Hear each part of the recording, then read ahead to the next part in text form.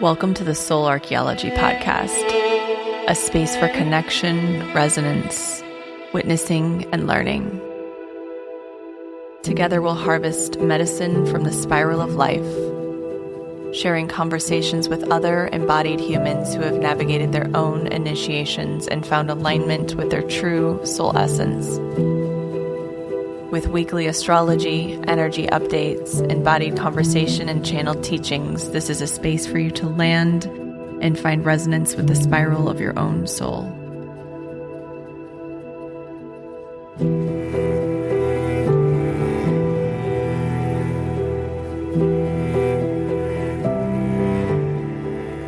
Hello, welcome back to Soul Archaeology. We are in a steaming pot of Aries energy. We're in a pressure cooker. I'm sure many of you can feel it. I talked a lot about it in the last episode, all about Aries in general and how to work with this heat, with Mars entering Aries last week, conjunct Neptune right now. And it's going to continue to accelerate as we move through this week. By Friday, our new moon in Aries, we have 7 celestial bodies in Aries. And this is significant in general because we know Aries is the first sign of the zodiac. It's initiatory, it's fast, hot, it's oriented towards action. So there's typically some sort of pressure here to do something, to act, to make a decision, to respond. But we also don't have full clarity quite yet. Maybe in, some areas you do, and maybe you're listening to this and you're like, oh, I know exactly what I want. And it's just feeling the right momentum and spark to get it moving. But for many people I'm speaking to, there isn't quite yet the clarity. And we know we had this major conjunction in February between Saturn and Neptune at the 0 point of Aries. So this is a really kind of interesting place right now. These early degrees of Aries, the last degrees of Pisces, because we've been here for so long, kind of understanding this part of ourselves, this part of our charts, sifting and sorting through the uncertainty, the unknown, where action's needed, where movement and change and initiative is needed, and where deeper faith and presence and trust and surrender is needed. So this area of our charts, of our lives, of our psyche has been worked. And we're kind of just sitting here. We're sort of sitting at this point.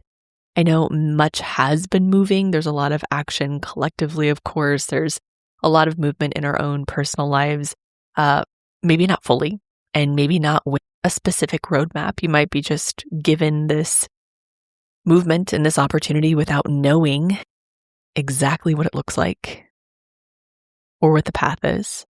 But there's likely some nudging. There's likely some pressure. There's some desire, something to act, to change, to respond. Maybe not quite the certainty that we would like as well. So Neptune is still at the early degrees of Aries. Saturn's at 7 degrees. So it's kind of moving its way through. Saturn moves faster than Neptune, but it will have a retrograde. So it'll go back over this terrain as well. There's this strong pull toward forward movement, toward burning everything down, wiping the slate clean, starting over again, rebirthing something, choosing something new. There might even be this reckless energy woven into this, or the sense of urgency or pressure, or this feeling of running out of time and needing to do it now. But with Saturn here, it's asking for us to approach this from a mature place, from a strategic place, a place that focuses not just on short-term gain and growth, but long-term, sustainable growth, a plan, aligned action and choice. Neptune's creating this fog and this haze around Mars currently, so it's not necessarily the time to make big, bold moves and changes. I'm not saying you can't, but there's a fog. If you are not fully and completely certain, can you be with that energy of urgency and desire to change, to burn everything down, to act, to respond quickly? And like I said last week, let it move through you. Move your body. Sit with it. Sit with the pressure, the heat, the fire. move with it, and then see how you feel on the other side. Sometimes we have to work to find our truth. It can get clouded at times. It can get clouded by emotion. It can get clouded by anger, fear, whatever it is. It's building this sense of urgency. Mars needs a little space from Neptune before it can start really getting clear direction and initiative. Yes, we're in spring in the Northern Hemisphere. We're in the time of heat, creation, fertility, fire, movement, but we're also in a Neptunian haze. Neptune is much clearer here than it is in Pisces, of course, but there's still this uncertainty, this lack of clarity. We start this week on April 13th with an exact conjunction between Mars and Neptune in Aries. This is the week we're starting with. It's not a great time to make a big decision. It's not a great time to rush or jump or launch into something. The next day on April 14th, Mercury enters Aries. On the 16th, Mercury meets with Neptune. And then on April 17th, we have our new moon in Aries. By the end of the week, by the 17th, we have 7 celestial bodies in Aries. This is a lot of cardinal fire, guys. It's truly primal. I think a good way to describe Aries energy is sympathetic. It is a sympathetic charge in the body, in the field, in the system. It has a primal desire to create, to act, to respond, to move forward, to leap. When I think of Aries, I think of the Fool. I think of this uninitiated time of ignorance and innocence. Aries is the first sign of the zodiac. So when we let Aries fully drive, we can tend to lead with emotion, charge, heat, desire, passion, rather than evolution, higher clarity. Not always. There's the initiated Aries, there's the higher octave of Aries, of course, which is the conscious warrior, which is able to move beyond the self and into the full spectrum of the human existence. But if we leave it to Aries itself, just the raw primal energy of Aries, it can be reckless. It's also welcome heat, welcome fire. After being in this Piscean fog for so long, we have the heat we've been looking for. Now, that can also feel a little overwhelming or even disorienting if you haven't built sort of a strong relationship with life force in your field. Because like I said, Aries energy is pure primal life force. It is hot. It is rising up. It's moving. It's trying to mobilize something within us. And for some people, that can feel like anxiety. Sympathetic energy is trying to get us to mobilize. It's when we move out of our range of regulation, out of our range of, or a threshold of tolerance, and into a mobilized state.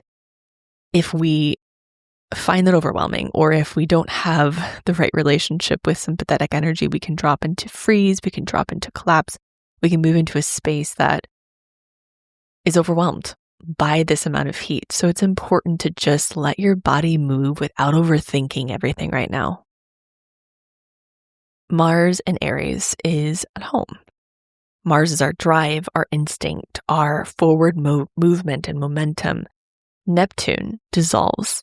It blurs, it softens. So when they meet, when they conjoin together, we get this pressure without full clarity. We get this desire for something to change or to move without full direction.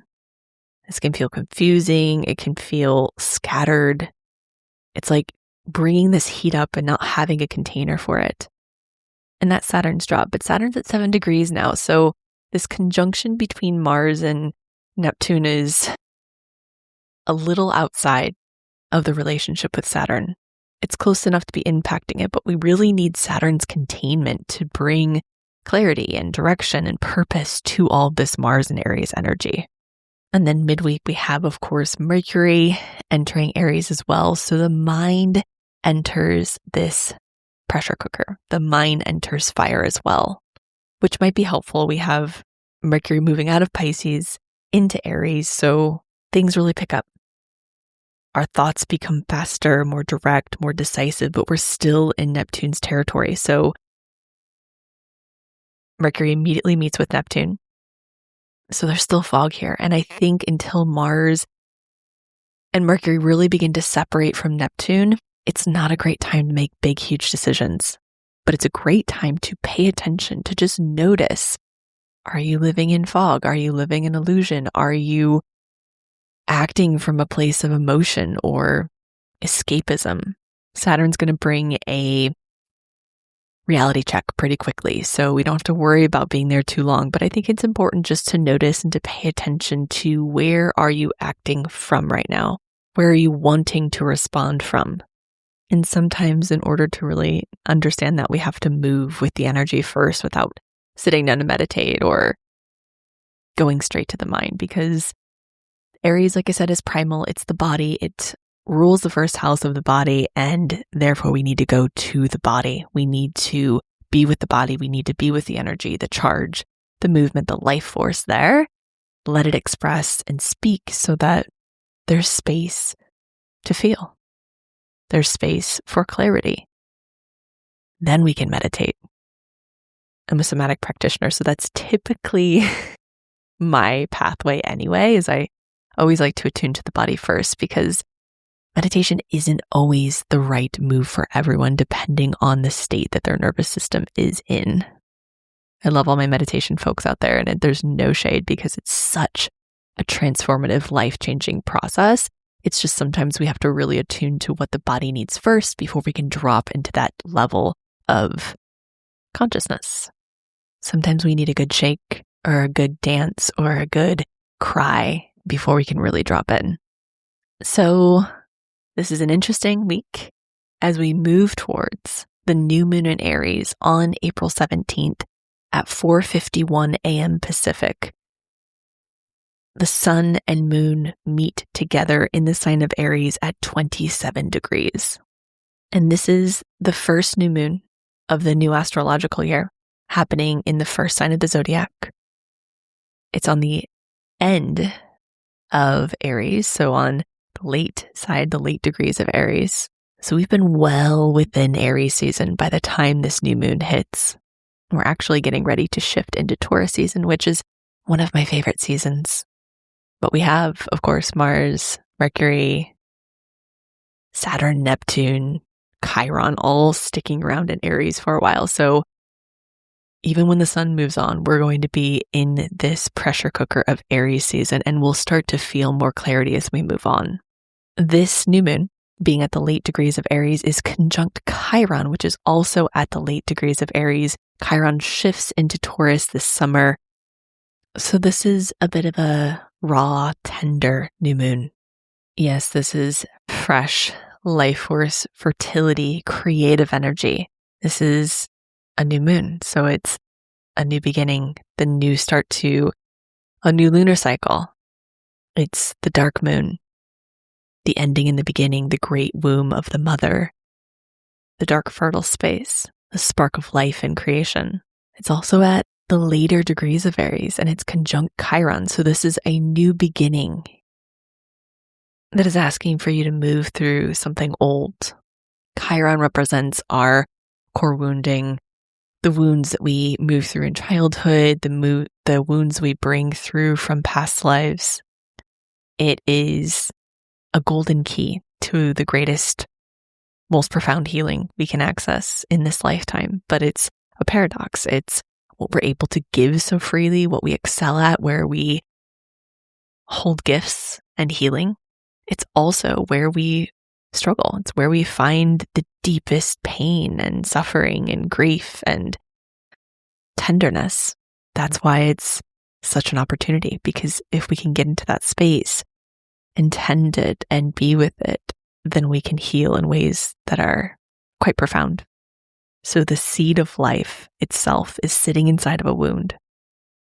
Chiron in Aries speaks to wounds around identity, power, life force, confidence, permission to exist, to take up space, fear of being seen, fear of rejection. So this new moon sits in a wound that we all have, which is the fear of abandonment, the fear of rejection. And this wound can only exist and can only live through our own rejection of self.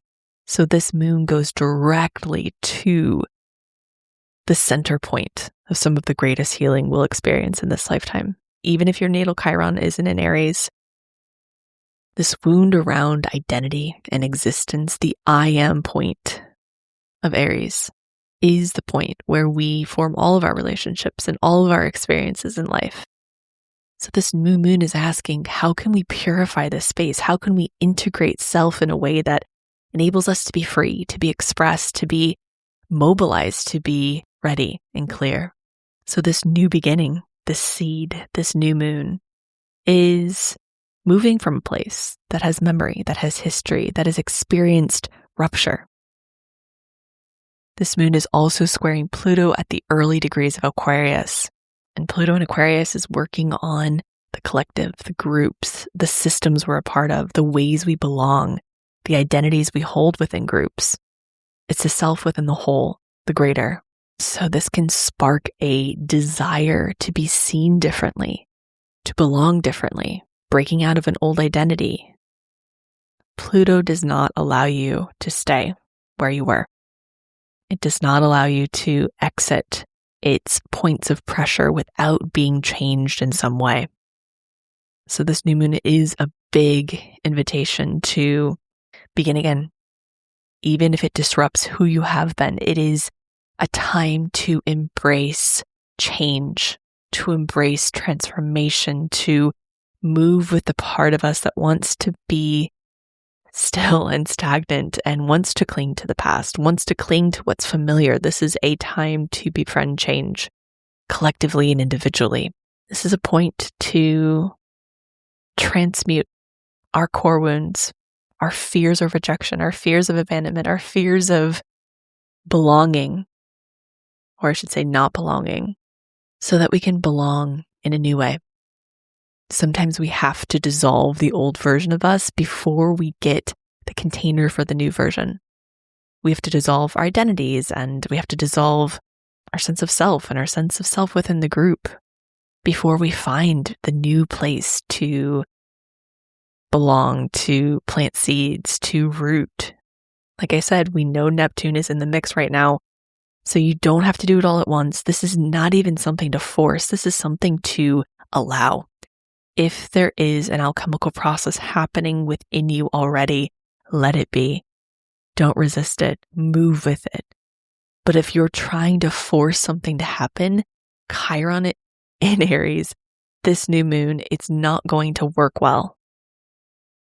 This is about intuitive movement, letting Neptune bring you back to your intuition, back to your instincts, not moving from fear or anger, but from intuition.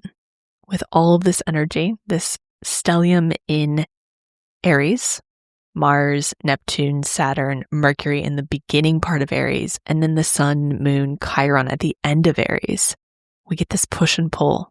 It's this feeling of, I want to move, I feel something pulling me, I'm not fully clear, I'm questioning myself, I'm sensing something deeper. This is not clean fire.